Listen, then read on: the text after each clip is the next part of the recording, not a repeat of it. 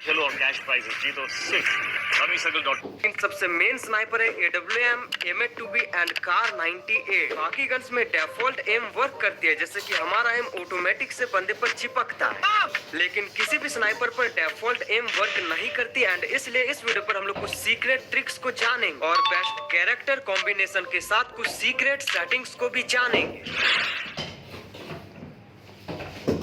तो सबसे पहले बात करते हैं बेस्ट फायर बटन साइज की। हम लोग वन टैप मारने के लिए छोटे फायर बटन साइज का यूज करते हैं, लेकिन स्नाइपर का यूज करने के लिए हमें थोड़ा सा बड़ा फायर बटन साइज चाहिए। जैसे कि जब भी मैं डिजर्ट ईगल शॉटगन या फिर UMP गन का यूज करता तो मैं अपने फायर बटन के साइज को 50 से छोटा रखता, लेकिन जब भी मैं स्नाइपर का यूज करूँ तो अपने फायर बटन साइज को 53 या फिर 55 पर करता।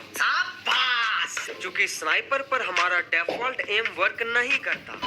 तो अब जानते हैं बेस्ट सेंसिटिविटी। बेसिकली किसी भी स्नाइपर पर दो सेंसिटिविटी ही वर्क करती। नंबर 1 पे आता है जनरल एंड नंबर 2 पे आता है स्नाइपर स्कोप। तो सिंपली तुम लोग जनरल को चाहो तो फुल या फिर 99 पर रखना और अपने स्नाइपर स्कोप की सेंसिटिविटी को 95% पर रखना। और तुमने भी देखा होगा कि जितने भी स्नाइपर यूज करने वाले यूट्यूबर्स वो सारे अपने स्नाइपर स्कोप की सेंसिटिविटी को कभी भी फुल नहीं रखते। कोई 85, 90 या फिर 95 तक ही रखते हैं। भाई मुंह की बात छीन ली।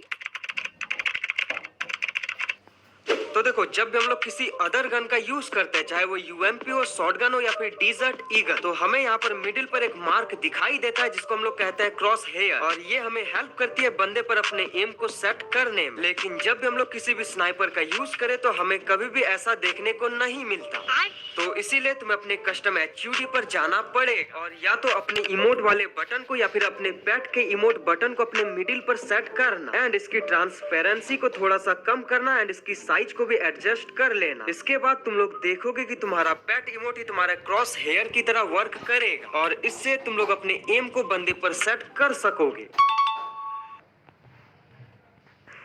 एंड इसके बाद तुम्हें अपने गेम के सेटिंग पर आना है एंड गेम के सेटिंग पर तुम्हें मिलेगा होल्ड फायर टू स्कोप। इसको सिंपली ऑन कर लेना, जिससे हम लोग जब भी किसी स्नाइपर पर फायर बटन को प्रेस करें तो हमारा स्कोप ऑटोमेटिक से ओपन हो जाए। और अगर बंदा रन कर रहा हो लेकिन फिर भी हम लोग बंदे को डैमेज दे सकते हैं या फिर किल कर सकते हैं, तो इसके साथ ही तुम्हें लॉरा कैरेक्टर का यूज कर लेना है। अबे तू थोड़ा सा क्या? क्योंकि लॉरा कैरेक्टर का यूज करने पर जब भी हम लोग स्कोप को ओपन करते हैं हमारी एक्यूरेसी बहुत ही ज्यादा होगी। तो अब जानते हैं हम लोग डबल स्नाइपर को किस तरह से यूज कर सकते हैं। तो डबल स्नाइपर को चलाने के लिए आपको सबसे पहले जाना होगा अपने गेम के सेटिंग पर और यहाँ पर मिलेगा स्विच बटन जिसको हमेशा से ऑन ही रखना। और जब भी डबल स्नाइपर का यूज करना हो तो सबसे पहले अपने गन बॉक्स से दोनों गन को स्विच करना पड़ेगा, तब जाके जब भी हम लोग स्विच बटन को प्रेस करें तो दोनों गन ऑटोमेटिक से स्विच हो। तो डबल स्नाइपर को भी दो अलग अलग तरीके से हम लोग यूज कर सकते हैं। नंबर 1 जिस पर हम लोग विदाउट स्कोप पर यूज करेंगे, बस सिंपली अपने कर्सर बटन एंड अपने राइट साइड के स्क्रीन से अपने एम को सेट करेंगे और जैसे ही फायर करेंगे तो तुरंत से स्विच बटन को भी प्रेस करेंगे और ऐसा चलता रहेगा। सबसे पहले एम को सेट करते रहेंगे, फिर फायर करके स्विच बटन को प्रेस करेंगे।